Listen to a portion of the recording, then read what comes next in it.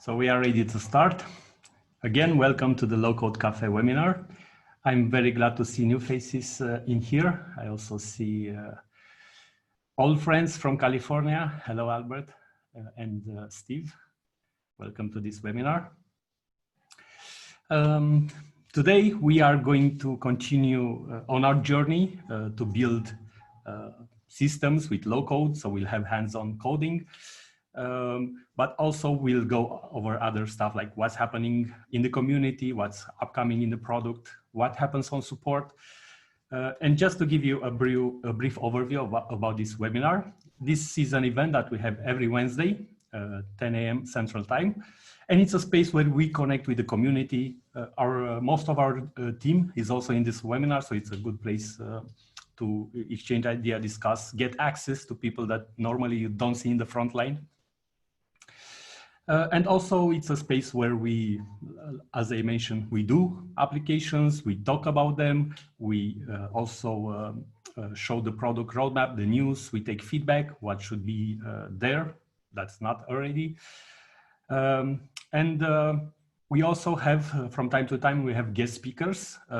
So if you want to present in this webinar, please write to me and I will make sure to follow up and prepare something cool for the entire community.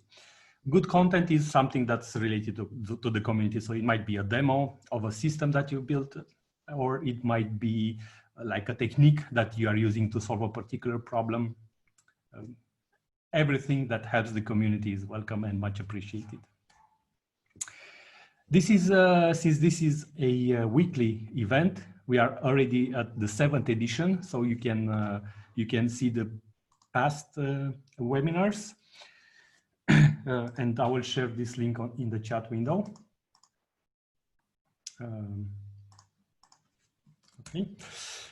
So this webinar is recorded and the video should be available tomorrow or early, by the end of the week or early next week. You can see the previous episodes on our YouTube channels. And just to go with a brief overview, the first two editions were more internal to our team and a select number of our partners. So we learned how to do this. It was a pilot, and after that it was successful and we continued growing it and taking feedback. So whatever you want to see in this webinar, there will be a feedback form at the after the event. So we'll appreciate if you fill that feedback form with what else you'd like to see, what do you think is not relevant, because we are taking a lot of feedback and this is meant for the community. Building apps from scratch was what the community asked for. Introducing the way that low code, the principles behind developing with low code is something that the community asked for, and so on. So we have this agenda for today. I already went over these items. One thing that I want to point out is that make sure to comment, raise your hand if you want to do voice. The chat window is available for everyone and visible. There's also a Q&A section. So we'd like to hear you get involved. Okay, so now let's move on to the first dedicated section of this webinar, which is stories from the trenches, so from our support forums that Dale will share with us from the previous weeks. So Dale, if you want to take over, I will start my share. Yes, please. I do want to share my screen. Hello, hello. Let's see if I can do this right this morning. Okay, so I picked out a couple of things to talk about this week that were, one was based on some support that I got involved with a client. Another was a project that I was asked to provide some premium support on and went in completely wrong direction. And so that brings me to my title, There Must Be an Easier Way. Sometimes when you get into these things, doing something on low code and you're looking at it and you're beating your head against the wall, you come up with what I call brute force design. You can make it work. Low code will let you get away with making it work, but there's a better way. So I'm going to dive into two different scenarios. The first one is in action form. I had a client that needed to be able to send an email to one of 10 people. It's basically lead routing. And just depending on what was done in the form, they wanted to send an email to one of 10 people. So the brute force design that was present when I started into the project was that they had 10 different emails defined with conditions. And so let me show you a little bit about what that might look like. So this is a mock-up of a form. And this is the brute force design kind of implementation. This is just a default form that a default contact form that you can generate with action form. But I changed the subject to a multiple choice with dropdown. And so they're picking from sales, service, and marketing when they do the form. So people would fill in the form, they'd pick sales, service, or marketing. And depending on the answer to that question, they were going to be sent, an email was going to be sent to one of those three departments. So the actions that are behind that send now button is three different emails. Well, send email to sales. So it said if the subject was sales, then it sends an email to sales. If the subject was marketing, then it sends an email to marketing. If the subject was service, it would send an email to marketing. In each of the three cases, the email, and this is really a simplification. The one I was looking at had 50 emails involved with it. But defining 50 different emails, and all the emails are exactly the same, creates its own set of problems. The form gets big and bloated and slower to work with because all that information is loaded in. And then if you decide to change the email, you've got a lot of work to do because it appears in 50 places. So that was the brute force design. Let's get rid of that and take a look at, this is the remake of this form. It does the same thing, ask sales, service, and marketing. But if I go in and look at the design of that, it's been simplified in two ways. The subject, which is still a drop-down, I've used instead of grabbing the sales, instead of it resulting in sales, service, or marketing, it actually results in the second parameter, sales, service, or marketing at test.com is the result of what's placed in the subject token. So that when we get down to the send now button, it's simplified. There's only one email. It says send it to the selected department, and it's sent to the subject token. So when they pick a subject here, you'll result in it being sent to one of three different departments. Now, this is really an oversimplification. You probably want to do some more things to make the subject of that email look nicer. But the point is, when you're doing 50 lines of the same thing over and over again, you may be in a spot where you should have where you should have looked for an easier way. So the better design that I did was one email with a dynamic to address. So that's just to get you thinking, am I doing this the right way? And then the second one I wanted to talk about was XML to JSON. I had a project where a client was ordering some information from a service. The answer was coming back. This is a HTTP request that a server request that returned back XML, and the decision was made that if we could just convert that into JSON, it would be very easy to parse. So to solve that, and I won't go down completely down the what I did wrong route, but I started down the path of using a JavaScript inside the browser to parse that, and it was just hard and getting harder. And the better design, when I tagged in Bogdan on the project, he pointed me to a very elegant Razor script that used my tokens. So at the end of this, we have an XML. This is a very simple XML body, a one-click, and it converts it into JSON. And if we look at what's behind this, it uses a token in the action. So we have a XML and JSON, and we have a button that converts it. And all it really does is inject some data. It says, take the XML and use this to JSON token and stuff it in JSON, the field name.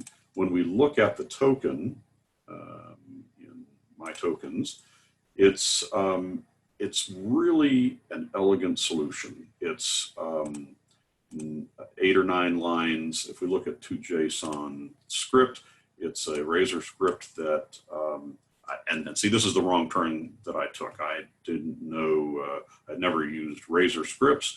And it turns out that it's this 10-line Razor script that runs and uses a nice standard function that serializes XML into JSON. So not that not particularly that you're going to need to do XML to JSON, but the point is, when you're beating your head against the wall, there's probably a better answer, and that may. Now I'm going to put in a plug. There's a new. We're going to be talking a little later in this about our new community portal. There's places to go and ask, is there a better way? On the community portal, you can open a ticket with the help desk. You can, but just ask the question, am I going about this the wrong way? Is there a better way within low code to get this result taken care of? And then the second point that I'm going to make about best practices, we're just seeing a lot of tickets where people are having issues after doing an upgrade. And we're going to talk about, we'll talk about this more in later episodes, but if it's at all possible, we just recommend using a development environment, insulating your production from development. If you're installing code untested from where the revisions, the upgrades to our products have not been tested with your code, and you throw that right onto your production environment, you may end up with issues. So we'll be talking about this more, but if at all possible, use a development environment. And that's from the trenches today. Thanks a lot, Dale. And just to mention, after we had this requirement, we discussed with the product development team. So we'll have these features built in into the product where you can easily convert from XML to JSON and back using built-in actions that basically use that code that we had in the Razor tokens. Thanks a lot, Dale. And also thank you for introducing the next subject for us today, which is the community portal. So we announced it, I think it was 2 editions ago. We announced that we are working on a new community portal. That is a place where people can come in, connect, ask those questions, connect with other members in the community. So today we have Elena with us. Elena, she led the development of this system. So she is going to demo it for us. We mentioned that we are planning to go live with it next week and then iterate in time to add more and more functionalities that help the community. So Elena, if you want to share your screen and take over, thank you for being here and doing this with us. Yes, of course. Okay, let me know if you can see my screen. Not yet. Not yet. Just a second. I can see it now. Okay. So, hello everyone. I'm happy to be here to show you a first look of the community portal. Like Bogdan said, the idea behind this project was to create a place where we can share knowledge and connect with other members. And we already took some steps into this direction by having these weekly webinars, but we also felt the need to have a platform dedicated to the community, and this is where the portal comes in. You can already see that there is some information that was brought in from our help center knowledge base. Those were the public cases there. And you can already start searching for items. Besides that, after creating your account, you will have the possibility to ask questions, to add answers, to filter the results, to vote, and also, of course, to subscribe to the platform. I can demonstrate asking a question. You will have a pop-up that will appear. And here you can enter your question or your use case. You can also have the possibility to add the code inside. So, well, I'm just gonna write the demo data for now.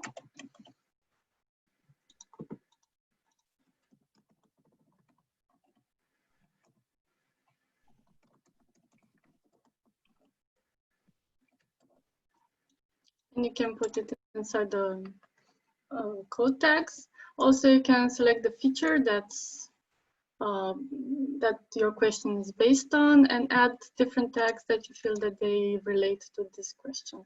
After you post the question, you are automatically subscribed to it. And whenever an answer is being given to it, you will receive an email notification that will alert you that you have a new answer there. Also, there will be a possibility to vote the questions, depending on if you find them useful or not. You can subscribe to the question, and you will receive, like I said, an email notification each time each time an answer will be added. And also, whenever you enter an answer, you'll also automatically be subscribed.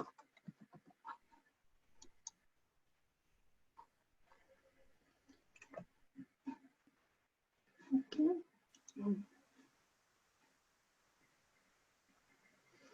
So for now, we still have a lot of features in progress that we want to develop.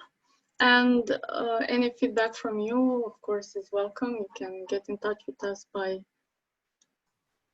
using the get in touch button, and there will be a feedback form there that will send us your opinion, and we'll take them into consideration, because it's very important that we create something that's useful for you and that you can actually enjoy having. Yep. Thanks a lot, Elena. I think I will also put the link on the chat. So I think what is very important for us at this point, and I would like to ask for your help on it. So we plan to go live with it next week, but we'd appreciate beta testers. And we'll take this question seriously. So whatever question you post there, if it's like real question, we'll answer them. For real, I mean. Yeah, we'd appreciate your help. And also to give you a bit of context around this community portal that we are building. So we follow the Stack Overflow example quite a bit, because I think Stack Overflow is very good at what they do on this part. And also everything that you see was built with Plantain app. So this is like a new use case for us. It's a common problem that most of the product companies have, to have like support forums where people can ask, share questions. And our vision with this system is that we'll keep adding other functionalities, like seeing the product roadmap here, voting on feature requests, maybe have the community submit various use cases, and of course, tutorials. So it will be a space that we keep growing with new features based on your feedback, of course. Thanks a lot, Elena, for doing this. Thank you. So let's move on with our webinar. Unless, of course, there are any questions regarding this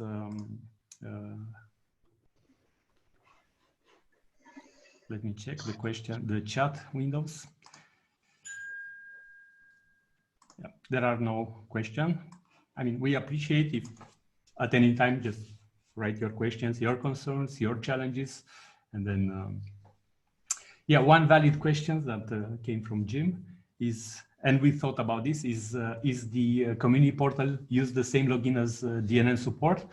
So right now, no, we are thinking to have a single sign-on mechanism where you can log in with the help center login. So you have the same login, but for now it's separated. So it will be a second login. We wanted to get it for the first release, but we didn't put enough time into it for this first release. So I think it's important that we released it, and I think we'll keep adding this. I mean, single sign-on, it's a big thing. And we do have some in PlantenApp, we do have some OpenID connectors. We integrated with Okta so far, with AWS Cognito, but our goal was to go with Azure AD for this one. And that's a new one for us and requires some setup and adjustments to the code. So it will probably be coming.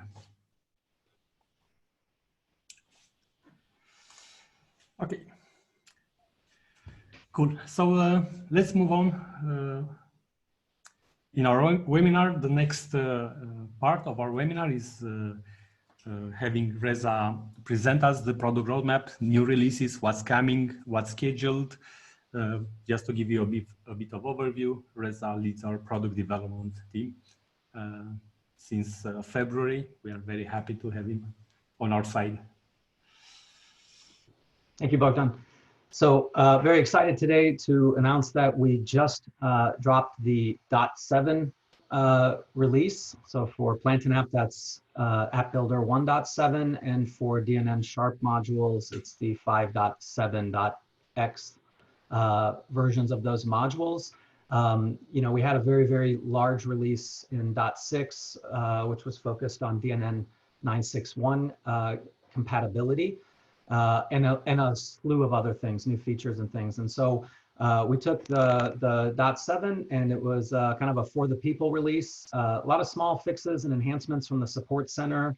There were some backward compatibility issues with what we now call the legacy date time picker. We've really revamped the way we handle dates within the system, and really being able to understand them, and time zones and universal time, things like that. Some of that, I think, bled in a little bit into the legacy picker. And so some folks were having some issues, didn't want people to have to go back and rework. So that's all good now. And things that you were doing before will keep working the way they were before in the legacy picker. DNN 961 is now the default de facto that we ship hosted instances of PlantenApp App Builder with, and recommend everyone to be on in general with our products. A lot of good security stuff and stability and just new features and things there that are really optimized to work with 961. Did want to call out that we've also upgraded Font Awesome to what is their current 5.14 version. That gives you access to over 1,600 icons, basically. Via the Font Awesome standard, and these are available to you if you've not used them. It can really spice up what is kind of maybe just a basic data entry screen, or allow you to separate complex applications and speak symbolically to your users. So tabs and forms and grids, and even in your token and Razor scripts and custom UI you're building, these are all available to you. There's 50 COVID awareness icons there. I know a lot of work going on in that space. So I encourage checking it out. Some very important security updates. We've upped our core version of AngularJS, and so that's in all client, side-facing modules, forms, grids, anything the user is going to interact with on their screen. So I would really recommend going up to this release. A lot of good stuff in there, and that's available now. You can check our blog at blog.dnnsharp.com. All the release notes are there.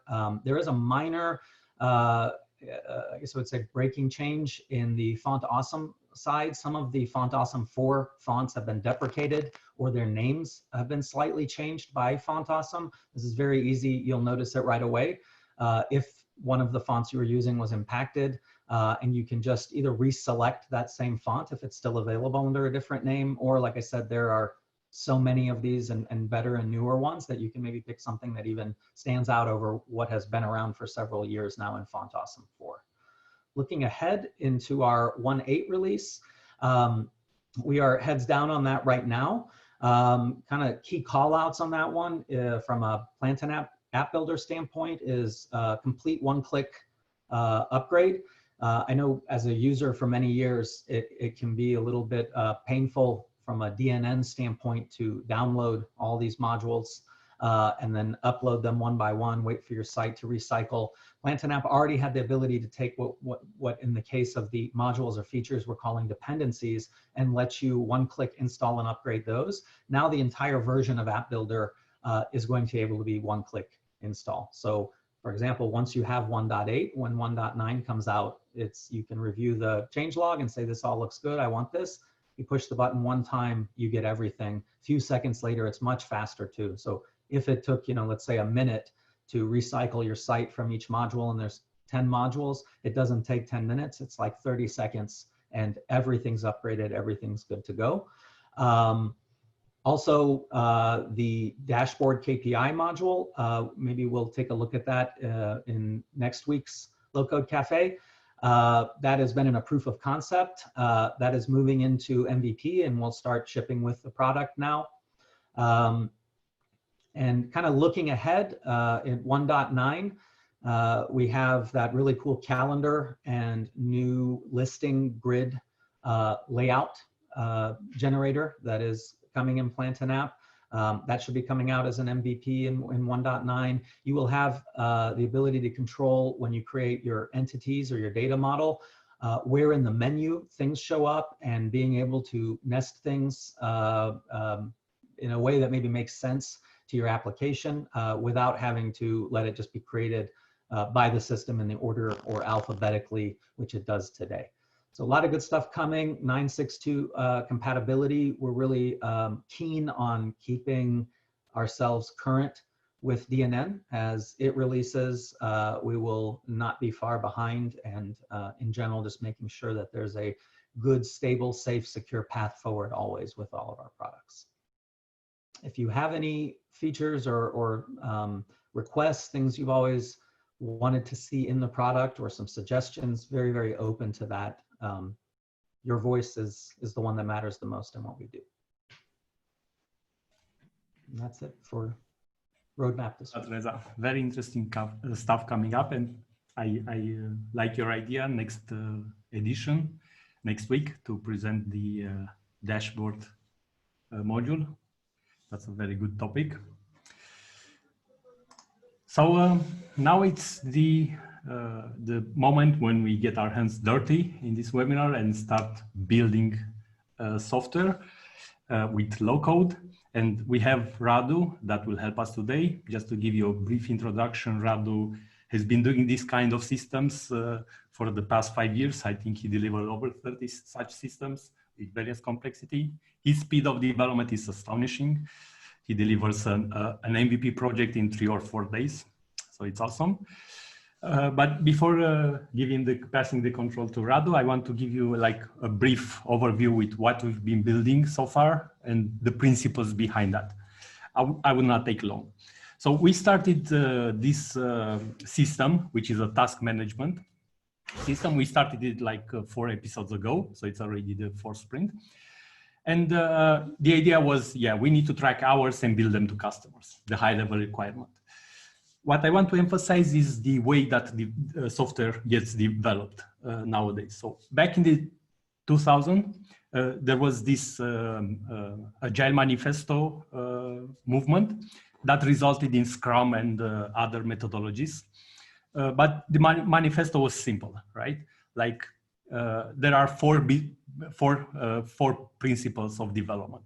individuals and interactions over processes and tools, right? So let's collaborate, let's build instead of spending a lot of time in I don't know, project management software, planning, scheming, and so on. And working software over comprehensive documentation. So, I mean, this is mostly about UX as well as delivering smaller features, but that work, that can be iterated on. And then customer collaboration over contract negotiations. This is a big one that I feel that the world hasn't moved to it yet. I mean, we have many customers, and I'm sure you have these customers that want like a fixed budget for a fixed set. But in reality, what happens, they start changing their mind. And that's natural, and that's very good to change your mind as you understand the software and as your business changes and so on. So this is still a challenge with some of the customers, getting them in this mindset of agility. Yeah, let's start building and building as you learn more about what you need. And then, of course, this ties into the next one, responding to change over following a plan. It's the same idea, right? We'll agree with some requirement, but that will change.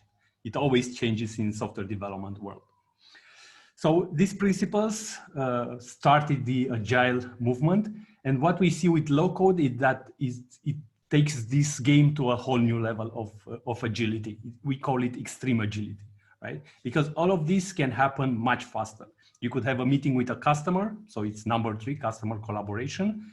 And after 1 hour meeting, you have the changes already in the system. It's not writing them down and do a sprint and come 2 weeks later. It's about maybe doing them right away so the customer sees it, gives feedback. So it's very, very dynamic and collaborative. So that's it. I will not take long. I will pass to Radu. So what we are going to do today, we are going to continue building the application, and we want to generate itemized invoices. So for each task in our system, we want to see how many hours were spent on them and include that in the invoice that gets sent to the customer. So Radu, if you want to take over. Sure. Hello, everyone. Let me share my screen and we can start from there. Okay. Cool. So if you didn't watch the past episodes, I strongly recommend to watch so you can get an idea what we're trying to achieve. So today what we're gonna do is we're gonna get all the hours that we are checking in the application, and we're gonna take those, put them in a PDF, and automatically send them to a client. So just to give you like a quick review of what we did right until now, we have, so the story is something like this. We have some customers in our application, and those customers, give it a second. Those customers can add tasks in our platform. Those tasks can be created by an administrator by just clicking the new button here. And what we did in the last episode, we implemented the ways so the client can add tasks via an SMS message. What we're gonna do today is, so actually, I think in episode number 2, Bogdan did a generate invoice button that actually generates a PDF. It's a simple PDF, but it just has how many hours for that task have been done and what's the amount that you need to pay. The only issue with this one is that each time you click generate, well, it's gonna give you each time you click generate, it's gonna give you the same numbers and the same amount each time. So you don't have like weekly sprints, weekly increments where you want to generate those invoices. So to do that, we are gonna have to take a step back and look how the actual time tracking is done. and more likely what I want to show you is the fact that all the hours that we register in the system, even though the first two are not pointing any hours at this moment, we need to know if we invoiced those time tracks or not. We need to know if those were previously put in a invoice that was sent to the client. So the first thing that we need to do in this case, we need to go to the entities, and we're going to need to add a new column that maybe we can call is paid. And this column can let us know if the time tracking is paid or not. So I'm just gonna drag an is paid one, and I'm gonna say to it, it is a type of a boolean, and it's not required, and that's it. I'm just gonna click override here, and the time track should update in a second. And what we have right now is the fact that we have a solution to know if the work that we did is at this moment paid or not paid. It's related to an invoice. It was at least added to an invoice. Maybe that was a better name, added to an invoice. But for the moment being, I'm gonna leave it at this. Now, the next thing that I think we should do is actually create the PDF that we want to generate, and after that we can automate that and send it on a regular basis to the client so he can pay it. What we can actually do, sorry, more close. So we can have a look at what was previously done, and that's the PDF. That's the PDF that we just saw earlier, which has a run SQL query, which is gonna sum all the hours and is not gonna look at the new column that we added is paid yet, and it's gonna just add it in the PDF, and it's gonna generate that PDF, which later is gonna be sent to download, at least from the generate invoice button that we saw earlier. What I would like to do is to, and I know earlier Dale said that his mistake was he didn't go to tokens to do some stuff that should have in some way been there. So I know some people are afraid of coding, but coding through the web interface, at least what we are going to do now, generating a small table with all the tasks and how many hours each task had taken, is not really complicated. And if you in the future you don't know how to do it, I really invite you to come back to this video and have another look. It's basically every time you need to do this thing, it's the same. So what I'm gonna do right now is I'm gonna create a new Razor token, which is gonna generate for me a table with all the tasks that haven't been paid, or at least let's say haven't been added to an invoice yet.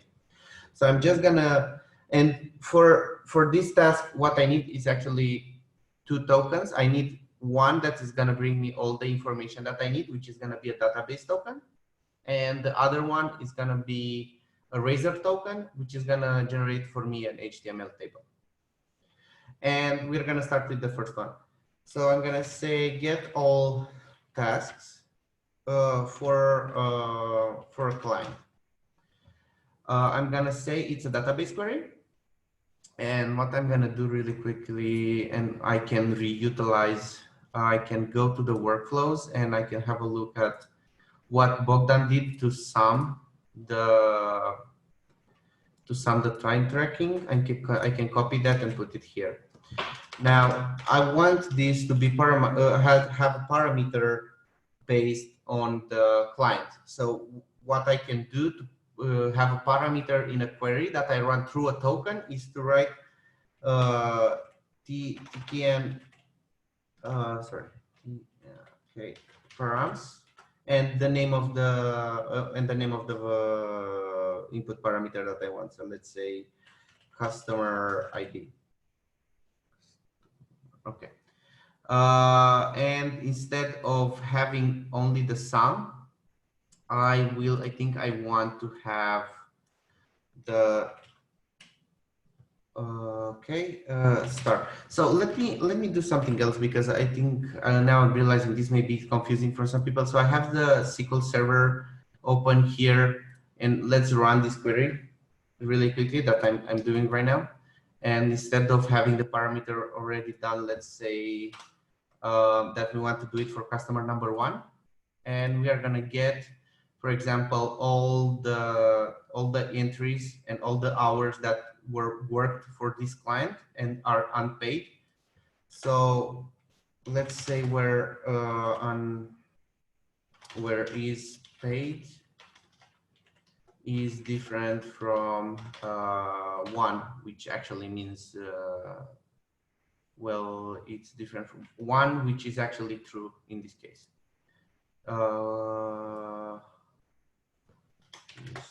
Okay, it's not null, because they're gonna go null in.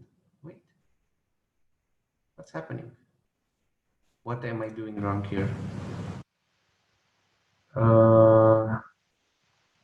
Is null. Okay.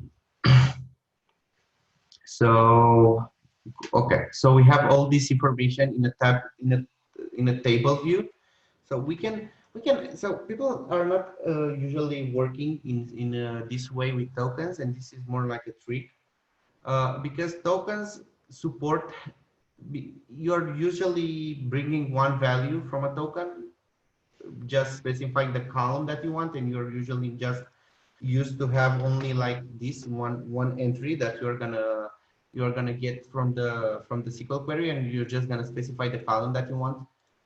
But the tokens themselves can hold behind the scenes the whole table.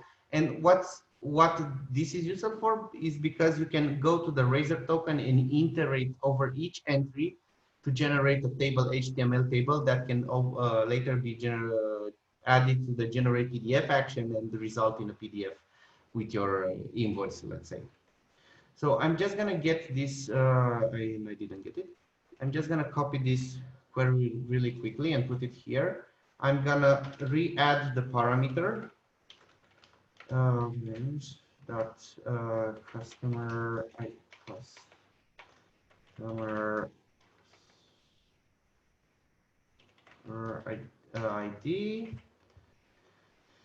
Okay, the default column, for this one, I'm just gonna type ID, and I don't want any caching and anything like this to be here.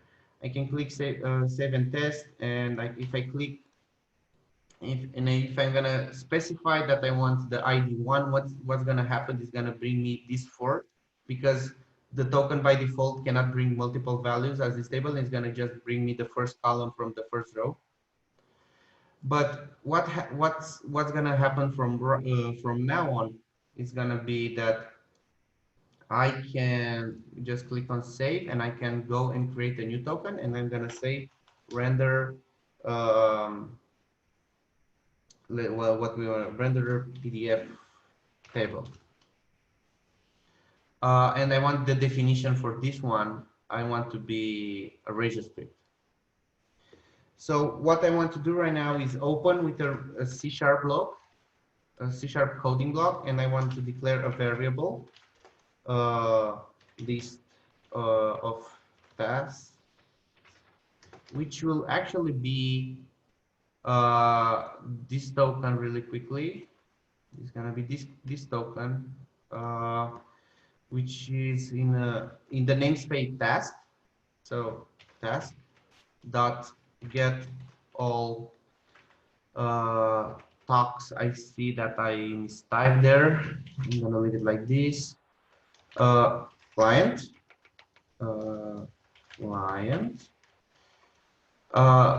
and I need the parameter client ID, which the token gets, and it's here. I'm gonna say let's say 1,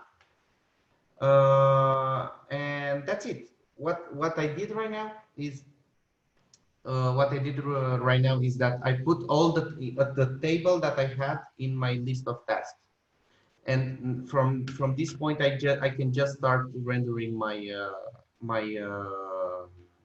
table. I have prepared a really quick table here that I can use.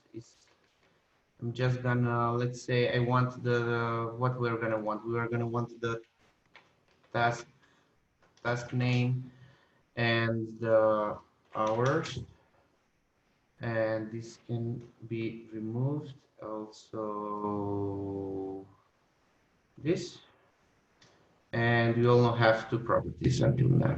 Okay. Now, for people that don't know HTML that good, so what I'm doing right now is I'm creating a new HTML table. What you can see here at the top is the table headers, and what I'm gonna do below is the table rows. And as you can see right now, I only have one table. Maybe if I click save and test, we can see the okay, I don't have the, all right, my bad. Okay, so column, okay, I missed a semicolon here. So what we got until now is task, my bad. Task, okay.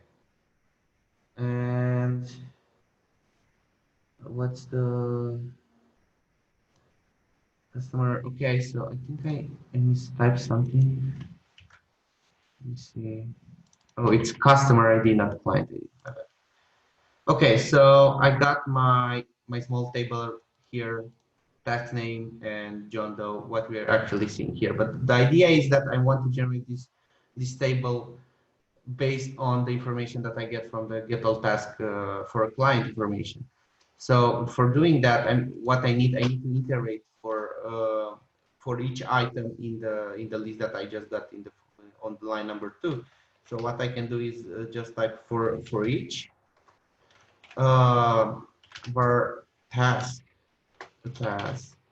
in list of tasks. So what I'm gonna do right now is just close here, and I can go and say at task dot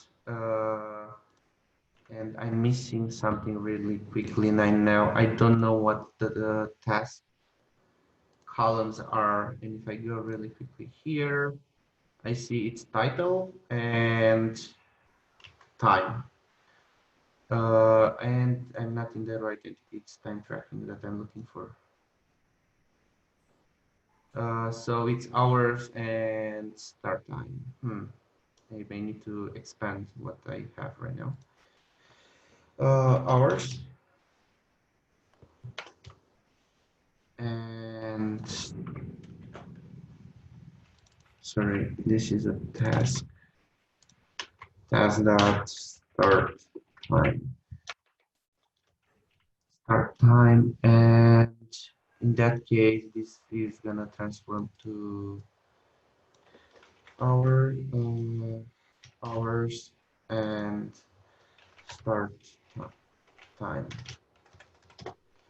Okay. Also, Radu, you should close the bracket after TR, the ending bracket. This one? Yeah, one line below maybe. Oh, okay, all right. Otherwise, yeah, I would have break the HTML code. Okay, so what we have right now is a table, a small table with all the hours that we have and the start times for each task and how many hours it took. But what I feel like I'm missing right now is I don't have the task. Where is I don't have the task name here, and maybe I can just go and say task, which has the alias key dot title, and I can run the query again. So I can, okay, so I know what work was done for each task, and maybe at this point I can just go and upgrade my first my first token really quickly like this. And now I have the title column also available. I can just click save and come back here, and I can just add the title also next to the hours and the start time. So this is gonna be title, a title, and this is gonna be here. Let me edit it really quick. Just title. Cool. And if I click save and test, you can see now that upgrading server took 0 hours. So those are some, I think there are some issues, Bogdan, when you did some tests, but you can see that I have upgraded Windows servers for 1 hour and the work started on 22 of July. Okay.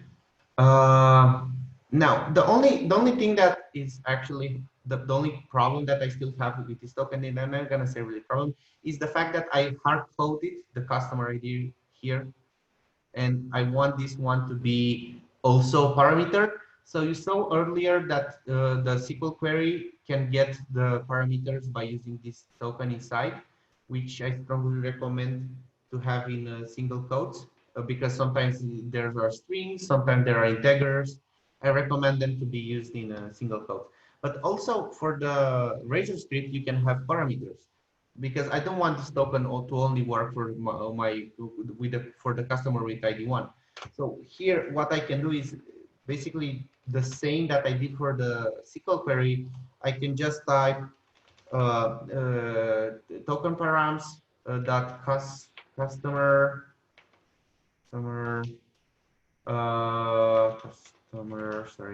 customer ID dot value dot to string. And at this point, if I click save and test, it also gives me an how can I okay I can also see here that I can input the customer ID that I want this to render for, and I can input one and I'm gonna get the same result. Okay, cool. So now I have the table with all my informations that I want to add in a invoice. So I'm just gonna copy this one and go back to the workflow that was already here. I'm just gonna go and edit it, and I have the information of the customer, so I know what customer I'm doing this already. So I'm just gonna go into the generate PDF, and I'm gonna click on edit as HTML, and this is kind of messed up. Let me see if I can make this a little bit pretty even. Okay. And I want, let's say I want the table to be between the invoice number and the total number of hours, and I can just come here and just paste the token. That's it. I need also to specify the customer, wait, am I doing this wrong? Customer dot ID, which is actually the customer ID is actually the customer that I get in the context which I run this workflow. And right now I have maybe I can put an enter here. So I have a table in the middle of my PDF. I can click save and I can click save again, and we can really quick go back to the facing interface of the platform, go to the customer and search the customer number one that we are testing with and click generate PDF. And you can see that instead of only having, you can also have more like in a table view the information that you want to add in that invoice, let's say, that you are going to send to the customer. I think we are short on time. The only small thing that I really want to show you is the fact that you can actually have Bootstrap you can add Bootstrap to your PDFs or other external CSS resources or even images just by, I don't know, let's say Bootstrap, sorry, 3, 4. So the CSS, I can just copy from a CDN, for example. I can go back to my PDF. I can go into the HTML mode and I can just go on the first line and paste the Bootstrap CSS link. I can click save, save again. And if I go and generate this for the customer again, you can see that the Bootstrap CSS applied, see the difference? Applied to the table, so it's starting to look better and better, and the PDF can be styled from external sources. I know I promised to show you how to mark everything as paid and not reuse them. Maybe we can do that in a future episode, but for the moment, I think just to be respectful of the people's time, we are just gonna stop here. Thanks, Radu. I think that was wonderful to see you at work. And I think this last thing that you did with including Bootstrap, I think that makes all the difference in PDF files. Because normally how you generate PDF files is two ways. Either you copy paste from Word, let's say, a template, but then you'd have to figure out the styles, because when you copy paste from Word, it will copy a lot of styles and it will be difficult to work with. Or you build it from scratch, HTML, CSS, but using a framework, probably not style everything by hand. It's not worth it. So thanks for showing us that trick. I think that's very, very useful. I'd be happy to take over the screen sharing, and just thank you all for being here. Let's see if there are any unanswered questions or in the chat window. So nothing new. If you have any question, feel free to ask them now, or also ask them via email, or even better yet, via the new community portal. So thanks a lot for being here today. We really appreciate it. We appreciate your feedback. There will be a feedback form coming after this webinar. We'd really like to have your feedback on what should happen in this webinar. And we'll be seeing you again next week, I hope, when we'll demo the new dashboard capabilities in Plantalab. Thank you all.